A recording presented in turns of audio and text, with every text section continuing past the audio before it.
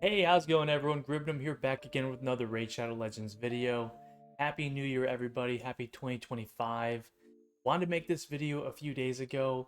Finally figured out how to make a tier list on this website here, and this is going to be my 2024 Fusion Champions tier list. I haven't really seen anyone else do this. They've ranked champions differently and just ranked them without doing a tier list and all that, but I'm gonna do my best to place them where I think they should go, and this is gonna be, of course, before we get our next fusion for January 2025. Do want to say that there's a good chance that the next champion fusion is Alice from Alice in Wonderland, or some other supporting character. Maybe it's the Mad Hatter. Maybe a lot of people are saying the Cheshire Cat, the one that's like goes invisible and stuff. And the reason we think that the next collab is going to be Alice in Wonderland, if you haven't seen it already, it's this image that Raid have posted here, and it shows an image of a lock on a door, and behind it is a very notable checkered floor, kind of like if you were to see Alice in Wonderland movie, you would see this in the movie more than likely. But also, if you look at the tagline here, the caption says at the end here, something big is due to happen, and you'll want to keep your head when push comes to shove. Now that really solidifies it, because in the movie, the queen says off with her head and all that stuff. So I mean, it's just a little bit of a reference there, and we just that's what we're speculating. It could be wrong, but chances are we're gonna get the weirdest collab we've ever gotten. You know what I mean? Um, that'd be pretty cool. But I do want to say, most of these fusions I haven't even gone for. I didn't go for Wixwell. I didn't go for the Incarnate, Scorid, Gretel, or Stock. But actually, looking at it, I would say I did get half of them, right? So I got Zinogre, Ancora, Armand's, Eastrid, Shayak, Thor, Jeroboam. I actually pulled from a shard afterwards, just randomly, like last month, pulled them, and then I of course went for Noel, right? So I'm gonna do my best to rank these guys wherever I think they're going, starting from January, of course. And then I have right here the Hell Hades website. It's gonna show me what the players think and what you guys overall think as well. But I can also cross-reference here on Raid. We just go over to each character, like an ogre, and check out the reviews, right? So a lot of people are rating her kind of high. So for January, we did get a Monster Hunter collab, and it feels like I mean, it was a whole year ago, but it feels like almost a year and a half ago that we got this fusion, or this collab. And this was a really nice collab. They brought like 5 champions to the game. One of my favorites is Fatalis, as you guys know, but Zinogre was the January fusion here. So she's she really did come in expected as a Fire Knight champion. The reason being because she has the multi hits all over her kit. So 3 times hitter on the A1, a 4 times on the A2, and another 4 times on the A3. I'm not really going to try to delve too much into their kits and all that stuff. If you know them, you know them. But just want to say, I think she's a little bit in the middle of the pack here as far as a champion. Or actually, pull this back up. If we're going to place Zinogre, I honestly would say she is B tier to maybe C tier, right? To maybe C tier. I mean, any of these champions are good for new players, right? They're going to be solid for any new player coming into the game. If you pulled, Ancora, she's a great reviver. If you pull Stock, I think he does poisons and stuff like that. Zinogre having the multi hits, niche use. Yeah, so I'm gonna put her in D tier, to be honest. You might have her higher, B tier at least, but definitely she's not gonna be in A tier. So I have these listed as you see. S is a must-have. A is somebody who's really progressed your account. B is like a very niche use. Maybe niche and good player should be switched, right? But it is what it is. And then D, of course, is going to be in your vault. And personally, she's kind of in my vault, but I could see where she really benefits for new players, um, and everything. So for me, she's going in C tier. And then in February, we got a reviver with Ancora here, and we got like a tandem duo champion. So she came with Narcisse, the Void HP Nuker, and they're very good together. Very good together. So she is gonna go in A tier. Let me actually pull this up. So for Zinogre, people have her as a 4 out of 5. Oddly enough, they have Ancora as a 3.5 out of 5. Not sure how much you can really rely on the website's information here.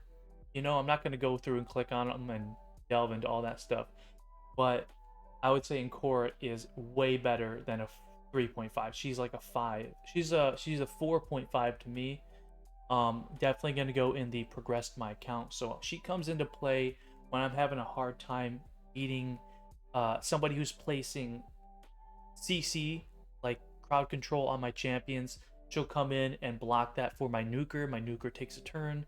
So you see where that really helps out. I'm going to pull her up here in the game. She's a Night Revenant. And so people actually have her, like I said, at the 4.5, near the 5 rating. So all these ratings are pretty spot on. If you have her, you can place her against Amius, the Lunar Archon, in the Cursed City. She's gonna keep your nuker champion from getting stunned when he does the stuns. She's fantastic in arena, as you can see, because she's gonna be, when she revives somebody, she's resetting their cooldowns. She's cleansing a little bit here, and she's doing an A1 reset cooldown as well. She's doing a lot there, but her main thing is if you have anyone with the highest crit damage on your team, she's going to block the stun, the freeze, the fear, the sleep, the provoke, all that stuff. Really keep them alive. And she works very good with Narcisse. For that reason, she's going to go in the A tier. If you have Narcisse, then definitely she's a must-have, right? If you have Narcisse, she's a must-have. Now we come into, was this March? You see, so February to February. Yeah, we have the March Fusion, which was Armand's here. And let me tell you about this guy. Once he came into the game, he ruined everything. Not in a bad way, but also not in a good way, right? So in Arena, he is the most picked character, the most picked champion on everybody's team. Personally, not for me. Now I have him, but I don't pick him ever because I'm just not that kind of player. I don't want to. I don't know. Mine's not very fast either. But I digress. So Armand's is actually an S tier because of the way he works and his crowd control. We can go here and they have him ranked as a 4.5. Most of you would say you can't live without him. You can't play without him, and you'd probably put him at a 5.5. So let me go to Armand's here. He's in the Barbarian faction, and just saying, the Barbarians got a huge glow up this year with like 5 or 6 new champions added to the game. So Armand's here. Huge reviews, the most reviews of so far of all of the Fusion champions. This guy is interesting. So all of his dungeon content here is rated very low, and that makes sense. You can't really stun, you can't really polymorph people in any of these places. But for where he can do that, he's basically a 5 out of 5, right? Dude looks like Johnny Depp over here from Pirates of the Caribbean. I hate going up against this guy. I ban him all the time. He looks awesome. Looks very cool. He places a sheep on one enemy, and then even if he just does it on one enemy, he's removing everybody's debuffs. Or sorry, buffs. He's cleansing all of your buffs on your team and screwing you over, basically.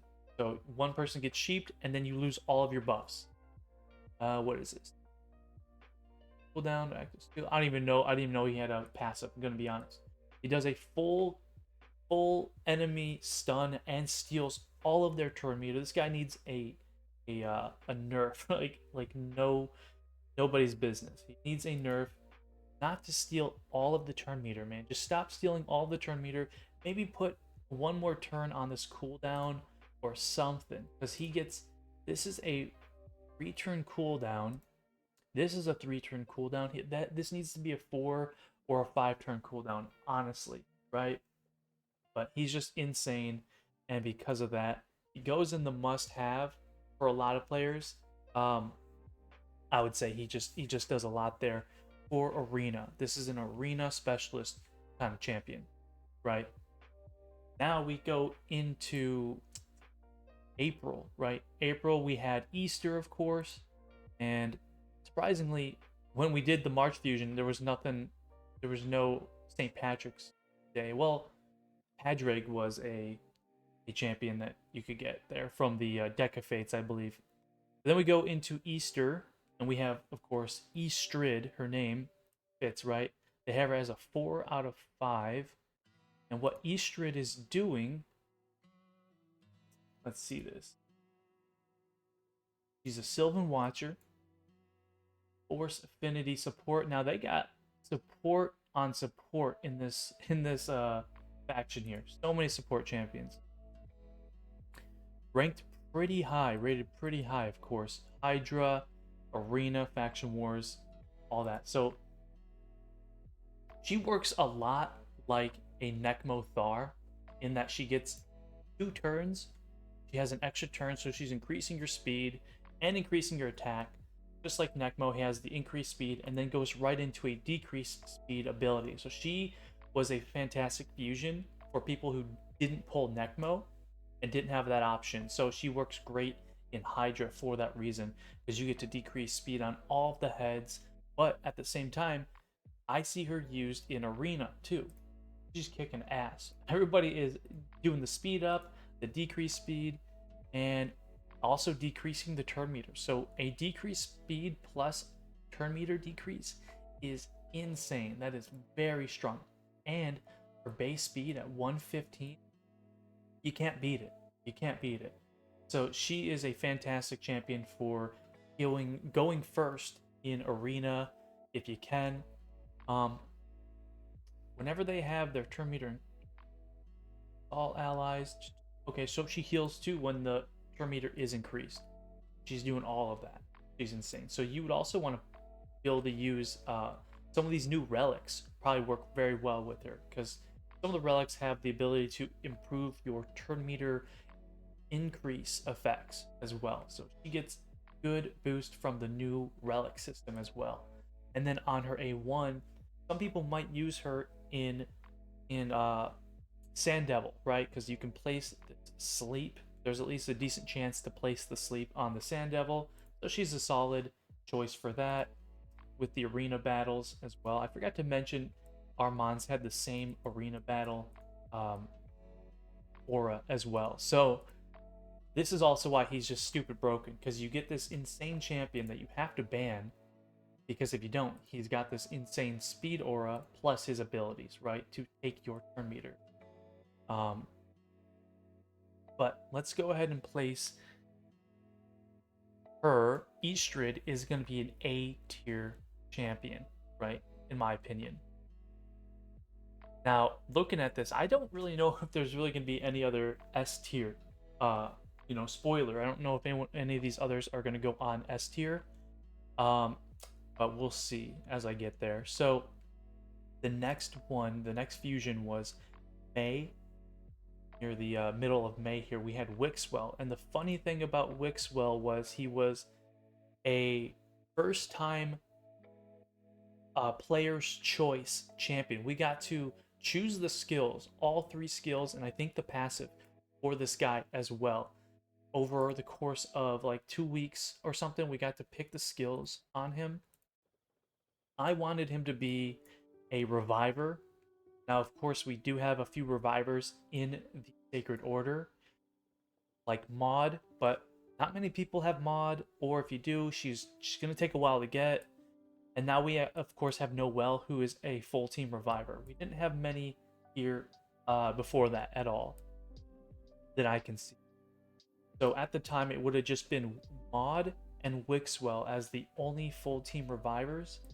And when Plarium showed this champion's skills off, they gave us a couple options, and one of them was to place this new buff called Intercept. He's going to be the first champion with Intercept.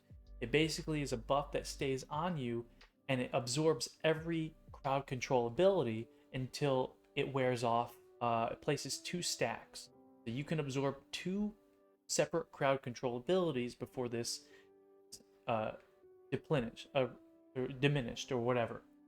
And it was pretty solid. A lot of people really like that idea, and I thought it would be better if this was a full team reviver, but it is what it is. For that reason, I didn't go for him. I actually skipped the fusion because I'm like, okay, this is not the champion I care about or wanted, and he turned out to be a Hydra specialist, allowing players to get billions and billions of damage in Hydra, and I forget what it is he's doing or how it is he's allowing that. I guess it's the shield and all that stuff. Something about the shield being heavy, but it also has that provoke on the A1. We have very high ratings. Now he did get a bit of a nerf here, I think. Of course, everyone kind of got a nerf with the Hydra changes that came. But I think he got one prior to that as well, prior to the Hydra changes. For me, I don't have him. I didn't pull him. I think he is going to be niche though, very like a B. People still use him. I just think he's going to be niche. For me, someone who's progressing the account is going to be someone who works very good in arena as well.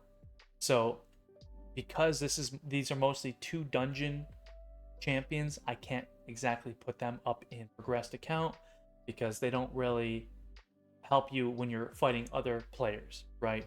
Too much. All right, so now we come into the June fusion with the Incarnate. This champion is very weird, where Plarium decided finally after 5 years they were going to add a champion that works in tandem, sort of, with Arbiter. Now everybody's got Arbiter. If you don't, you'll get her eventually. She's free champion from the Arbiter missions, and the Incarnate was said to work with her, right? So 10% chance to counterattack when somebody hits an Arbiter on your team, right? And then there's something else here. When killed, resets the cooldown of Destiny's Call, wherever that is. Of Arbiter's ability. Resets Arbiter's abilities so that she can revive and bring her back. The issue I have with this champion is Arbiter is a arena champion. You want to use her against other players. She has that incredible arena speed aura and everything. And so you're already bringing her on the team as a support. And I know it says defense here, but this is essentially another support champion. So you're going to have 2 slots of your 4 taken up by support champions, which is not different from what we already do, but putting the Incarnate in that second support slot over someone way better than her, like a way better support, I just don't see anyone wanting to do this. She's got pretty low reviews, not the worst. These are not bad reviews right here. If you pull her, then she's probably good for new players, to be honest. She has increased or ally protection and strengthen, but what she's doing for Arbiter is really not enough to get her on your team. I'm gonna be honest. Great defense though, great defense stats. So personally, I'm not even gonna put her in good for new players. She's gonna go in the vault for me. I think a lot of you guys had fused her. I didn't, and you haven't used her. Maybe you tried, realized she sucks, and that's just another L for the high elves here. They just keep taking L after L. Similar to me as the Ogryn tribes. They had a bunch of new champions come out this year, and they sort of all fell flat, in my opinion. A lot of them haven't lived up to what they could be. One of the best they have here is a champion that was terrible and recently got a buff with Gurgo, right? So you have this older OG champion here that got a buff, and he's now better than all of the new Oghren that they've released this year at all. Maybe except Gizmak. Gizmak is very, very good. But like I said, for that reason, she's going to go in the vault. Now, moving on to the July fusion, we have Shayak. This champion is we're still waiting to see the payoff for Shayak, right? They came out with this champion here. Let me see. He is an orc. Yes, he's an orc. So he's an orc with a good speed aura, but his main claim to fame was that he's going to basically work in tandem with any of the beast champions in the game. Now we're talking Terror Beast, Gore Mask, Hound Spawn, Hellfang, Fellhound, Stitched Beast. So any champion that is like a dog or some kind of beast, Shayak is, of course, the pack master for. And when they came out with this fusion, Plarium said, basically, don't miss out because we may release a champion in the future that could benefit with him as well, like a legendary or something. So we all have this idea in the back of our head: get him now, don't miss out. And then when they add the new dog champion, who's going to be insane, it's going to be an awesome duo to work with. Personally, I don't see any benefit in using these current hounds in the game. I don't have any of them built, but I went for Shayak. He actually is decent even without the other hounds. Personally, like, he places block buffs, and that's gonna be still great for Hydra. So he's good for Hydra. Fills turn meter by 25%, right? Places Hex. So this guy places Hex, block buffs. I think he heals a little bit too. I don't know if he heals at all, but he's got some good buffs and also decreased defense. So he's bringing a lot to the table. Decently rated here. He is about a 4, to be honest, about a 4. Can be a 5 with the right champion. Pretty slow, but again, we're just still waiting for a new beast champion to be added to the game. I had high hopes. Check this out. I had kept on speculating. So when he was released, I think we were on like Barbarian Unity. So at that point, they had only just released Gregor or Vizug, one of those two. And I had very much speculated, what if the Skinwalker, they're going to be a Skinwalker Unity that's going to be a beast. So not only will he work with Shayak, but he'll also work with these guys too. So you could like do like some double up weird thing. Or what would have been even better is if they released a first time beast legendary for the orcs, right? That would have been so cool. They almost did. And now if the Unity, let's say, so the Unity is Aragaz here, this guy. If he were a beast champion and it says, you know, all the Unity stuff that he does, what if he worked in tandem with Shayak? That could have been a busted duo right there. They didn't do it, and they still haven't done it. They haven't released one champion for the Unity, and they're or one champion for Shayak since. And now they're about to be on the they're about to release Night Revenant Unity champion. They're on Dark Elves with Ziklik guy. But what a missed opportunity there to just create a crazy duo, a crazy awesome duo. So for the time being, Shayak is in a niche use for me, gonna be honest. And like, as I think about that, maybe niche use should be a C tier thing. Good for new players should be a B tier thing. But I think he's a B tier, middle of the pack kind of character, kind of champion. Then we come on to August with Skorid, this demon spawn champion here. So let's take a look at Skorid. I didn't go for Skorid at all. He's in the demon spawn. And what's he doing? He's doing buffs. He's doing Hex. He's a Hex-based champion. Wow. Okay, so he's got good ratings. I did not expect that. Good for Hydra. And why is that? Because of the Hex? Feels as champion. Out of Hex. He'll ignore 15% if they are under a Hex. So he might be doing some heavy damage against Hydra when there's Hex out there. Interesting. Featuring cooldown, attacks all enemies, heals, all that stuff. His kit just did not sound very good to me when he was first shown off and revealed, and I personally just wouldn't use him. Even if I pulled him today, wouldn't use him. It looks like on the website they got him at a 3.5. Personally, gonna say he probably goes in the vault as well. If not, then he's good for new players, but I would put him in the vault personally. There's gonna be a lot better Hex champions for you to use out there as the time goes on, but not much to say about him because I don't have him. But also, moving on to August, we actually had this insane collab that Plarium did. They did a sort of Norse collab with Loki, Thor, Odin, and Freya. Okay, so we got Thor as the fusion champion that month. And Thor, he's insane. He's a beast. He does so much damage. Hits so hard. He has the craziest kit, one of the craziest kits in the game as well. I might be overselling it, but Thor here getting almost perfect fives out of everything, and for good reason too. I mean, Hydra, he's great. Good in arena. Not clan boss. Chimera, Demon Lord, they don't have him ranked too high, but still, this guy is honestly, in my opinion, a must-have.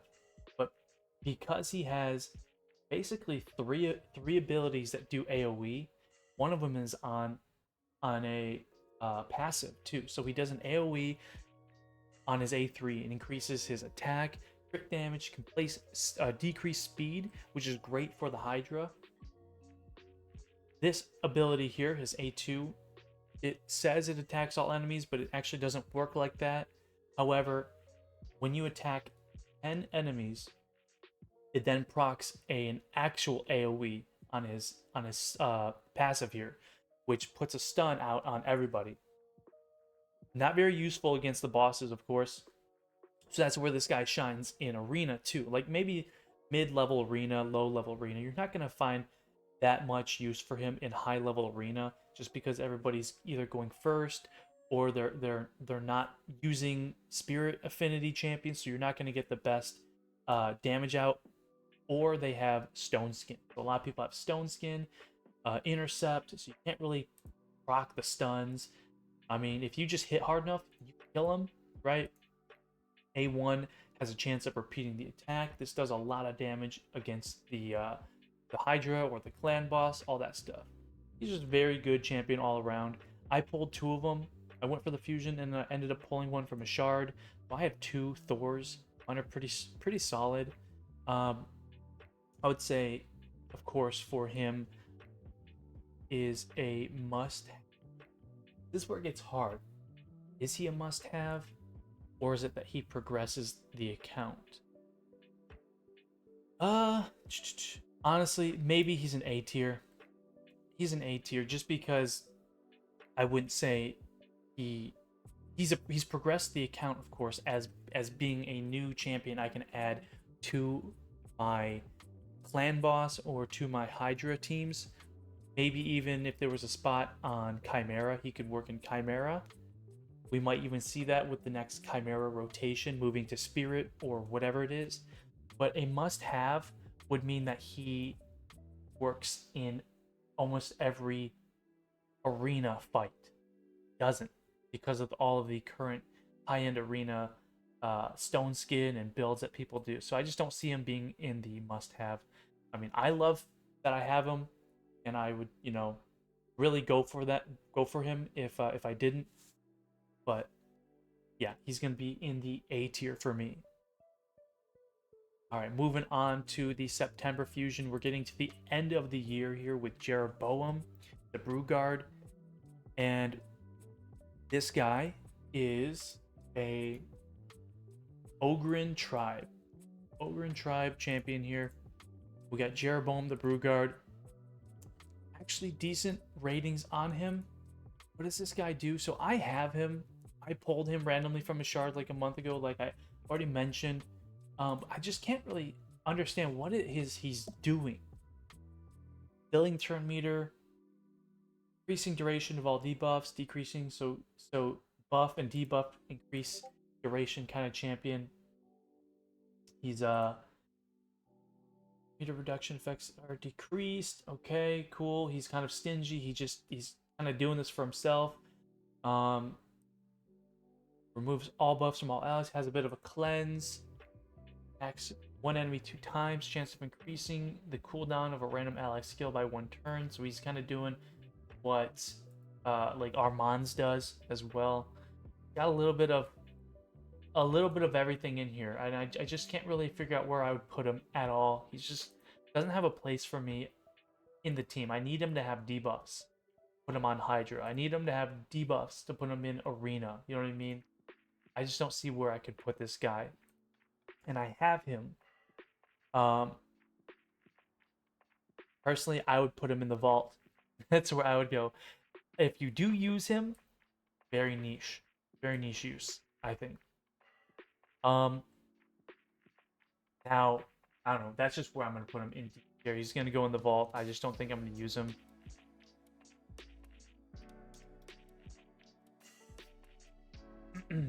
Now we come over to the, what was that, October? The October, where'd it go? They don't have the October portion on here. Published September 15th. So they actually have not updated this since Jeroboam. But this would be October with Gretel. And she was a double duo champion, just like Ancora and Narses was. She came bundled, if you could get them both, with Hansel. So 2 champions for the Sacred Order. We have Hansel and Gretel. Hansel up here, he could be earned from like an event. I think it was like champion summoning or champion training event. I can't remember. But Gretel here is, I think she does pretty good damage. I don't know. I don't have her. She was essentially the Halloween fusion event. Kind of interesting that they went with these two, who are sort of a Christmas. I think their story is a bit of a Christmas story, but they went with this for the Halloween. And the year before they had Timit and Kaja, which I would say I like those two better than Hansel and Gretel. So she's gonna attack all enemies and decrease the turn meter of all enemies by 25. 50. If Hansel's on the team, she can do 50% turn meter decrease. Still not as good as Armanz, who's stealing 100% of the turn meter, which again, broken, needs to get a bit of a nerf. Nothing that's gonna ruin him, but just nerf him a little bit, right? Anyway, on this, it's gonna fill the turn meter by 20% for each enemy alive after the attack. I'm guessing she does really good damage, right? It's 4 times on the A2. Now, I just don't know if you're an endgame player and you went and pulled this girl and did the fusion, where would you put her, right? Where would you use her, right? And I'm not saying you need Gretel or Hansel, right? I don't believe that like a champion is worthless without the other in most cases, and of course in this case, right? She can hold her own, she can do enough damage, I believe, but I just don't see her doing, you know, fitting a new place on your team, replacing anybody. But let's just say she's good for new players, right? Because fills turn meter whenever an extra turn, so she's gonna get a lot of turn meter fill. She might be good for new players and all that. So she's gonna go for C tier for me. Also, I'd like to know where you guys would rank these champions. Again, my ranking here is probably completely wrong and just terrible, right? But uh, I'm also going to put the link to this tier list in my video description, so check that out if you wanted to do your own. But moving on to stock, which was the November fusion, I think they quickly put him out there because I think Hansel and Gretel.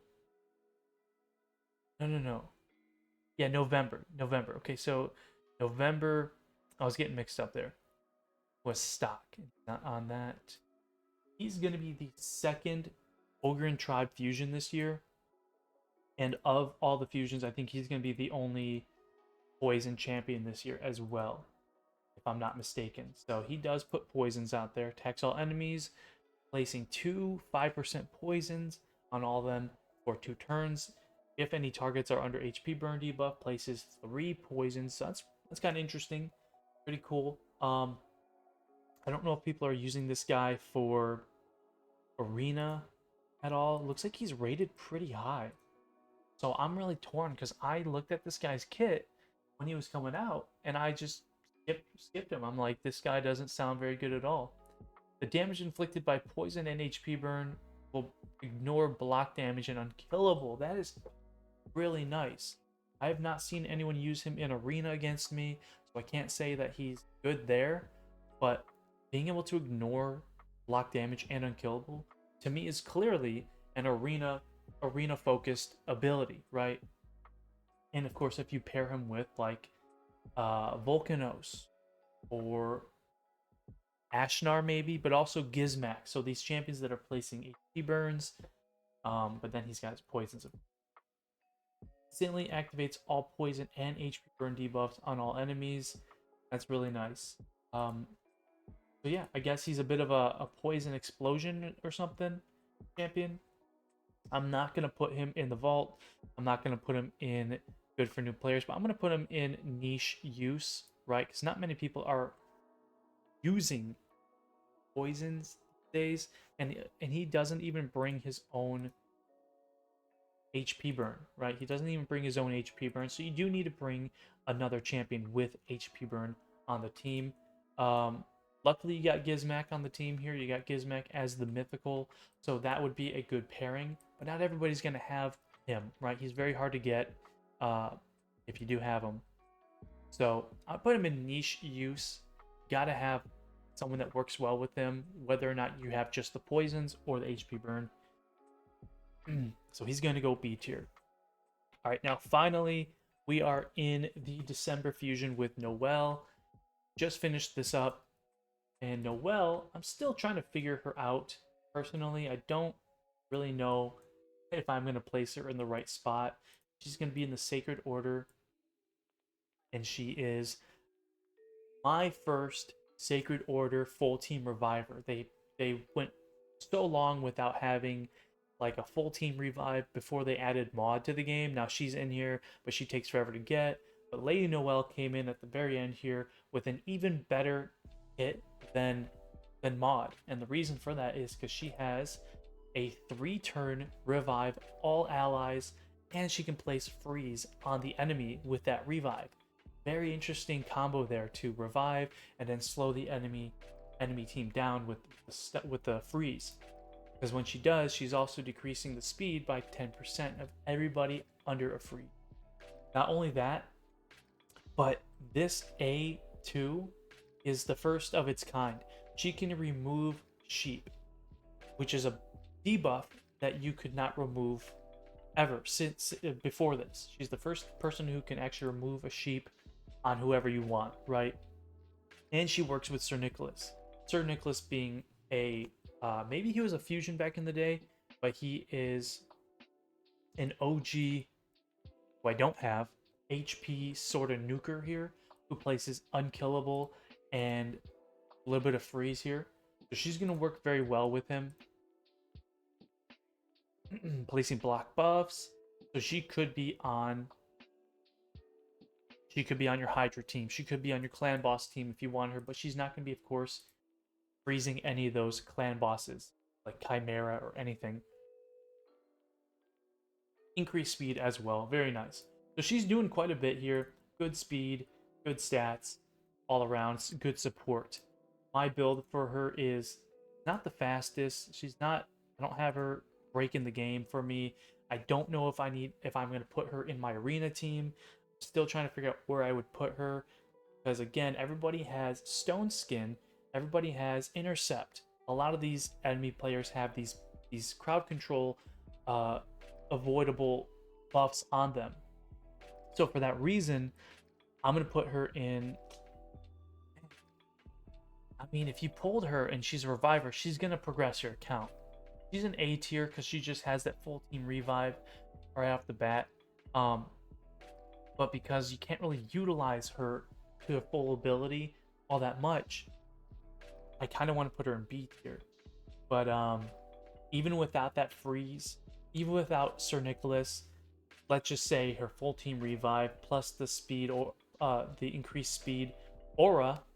Forgot to mention that increased speed aura and the increased speed buff, right? 30% in all arena battles. Almost forgot to mention that. That's gonna be actually what does it. That's gonna put her in the A tier for me, as I'm still learning her, right? But again, if you guys don't agree with my placement of these champions, let me know, and feel free to make your own tier list. I'm gonna leave again the link in the description of the video, and this is where I've got everybody. Now, before I go, I could probably show off the builds I have on each one. If you stayed to the end of the video, please leave a like, consider subscribing. Let me know what you think. But I'm gonna show off the builds on each of these champions real fast. All right, so starting with Zinogre, here's the build that she was in. Don't even use her. Maybe very occasionally in the Cursed City when you need somebody to take down the Fire Knight shield in Cursed City, and you have very limited options for that. She does come in handy with her multi-hit abilities. This is not like a good build. This is not even something I really use. It's just in those instances, and sometimes she doesn't even have all her gear on, and I just run it anyway. And we go with Incora, who I do like to use a lot. This was a build that was previously on my Kaja, which was a pretty fast relentless set, 353 speed. Just looking for the speed and some tankiness on this build. Relentless gets the extra turns. Not bad for you know what I use her for. Sometimes I pick her in arena, but very, very rarely. Then we go with our Mons here. He, again, I don't use him all that much. Mine's pretty slow, but still he's in a 2-turn stone skin 244. I don't think a lot of people have theirs terribly fast. So this is not really that rare of a speed to have him at, but because he has the 2-turn stone skin, that's really what people are looking for. I could absolutely make him better here. I have a lot more stone skin and a lot more gear that I could throw on him. Maybe even, you know, look into the accessories here and see if there's anything new. But again, I don't use him all that much, and this is, even if I do, this still works fine for using him. Next, we move on to Estrid. This was a fusion I was super interested in going for because the previous year we had Razelvarg, who became one of my #1 favorite champions, and being that he was the Easter fusion, she's the new Easter fusion. I had high hopes for her. I don't use her as much as I did with Razelvarg, but he was still a fantastic champion to go for. Decent speed here. I don't use her actually, like, at all. This gear is, at least she's built, right? So she's built decent, and I could use her more, but I just don't have a spot for her at the moment. Then we go with Shayak. Shayak, of course, here's my Shayak. Again, this is another champion who is just kind of picked in the moment when I need to finish a Cursed City stage or something like that that requires only orcs, right? He just brings a good amount of utility and debuffs as well. 295 speed, almost 300. Good spot to have him. Then we come to one of my favorite champions, of course, where I should have placed him in S tier. For myself, I mean, Thor could really be an S tier. if I'm being honest. I pulled 2 of them. I went with the fusion, got the 5-star blessing on him, and then of course pulled a second one. But this is my Thor and you guys saw my video where I built Thor and I tested some things out. Wasn't the best, but it did get a lot of views. But I still feel like I didn't do a really good job showing off uh, Thor in the best light for that video, because especially after that, I found this build to be a lot better for him. 283 speed, 7.2 attack, 340 crit damage. He lands his debuffs on the Ultra Nightmare Hydra. A lot of times I'm trying to not land the decreased speed on the cleansing head, or sorry, on the head of Blight. So, but he still lands it, right? So this is still a good amount of accuracy for the Hydra, right? So you might be thinking it's kind of low. It's not. It lands like every time. It's 100% chance to proc anyway, with or without the accuracy. But then I have a second Thor, who is kind of pretty solid as well. This is a decent second Thor build. If I ever needed to double up on him in like Hydra or something like that. One of my favorite new champions added to the game this year for sure. And then who's... Oh yeah, so after this was Jeroboam. As you can see, I didn't even finish out the leveling on him. I'm trying him in the Feral, so he gets that prevent polymorph. Okay, block debuffs buff and prevent polymorph with the Feral. He's not really finished and not really someone to use at all. Like I said, I don't really know what I would how he fits into any team, and he looks stupid. I'm not gonna lie, he looks like the dumbest character I've ever seen in this entire game. Very dumb. This is just what I went with. I don't even know why. Like, he placing any debuffs? He's got no reason to do any sort of accuracy. He doesn't need any accuracy, and I don't know why I put him in it, to be honest, now that I'm looking back at it. So very dumb build and very dumb looking character, if you ask me. And then lastly, for the year that I went, for the fusion that I went with, was Lady Noelle. Definitely wanted to get this Void Reviver. They're always good to grab if you can. A little slow, 305 speed. Like I said, mine's a little slow. I don't really know the best spot for her at the moment. It would be Arena, but that spot is already filled with like Siphi, Arbiter, and Korra. They're already great revivers, filling up her spot. 611 accuracy, which is very good, would say. I haven't out her books yet, and I do need a blessing, so she could be even better as the time goes on. But this is what I have for Noelle. And that's going to do it, guys. Again, can't wait for the next fusion coming this month. We're going to get it teased probably next week. It's probably going to be Alice from Alice in Wonderland. But if you enjoyed this video, again, please leave a like, consider subscribing, and show me what you think about my tier list. Maybe make your own tier list. And I'll see you guys in the next one. Thanks.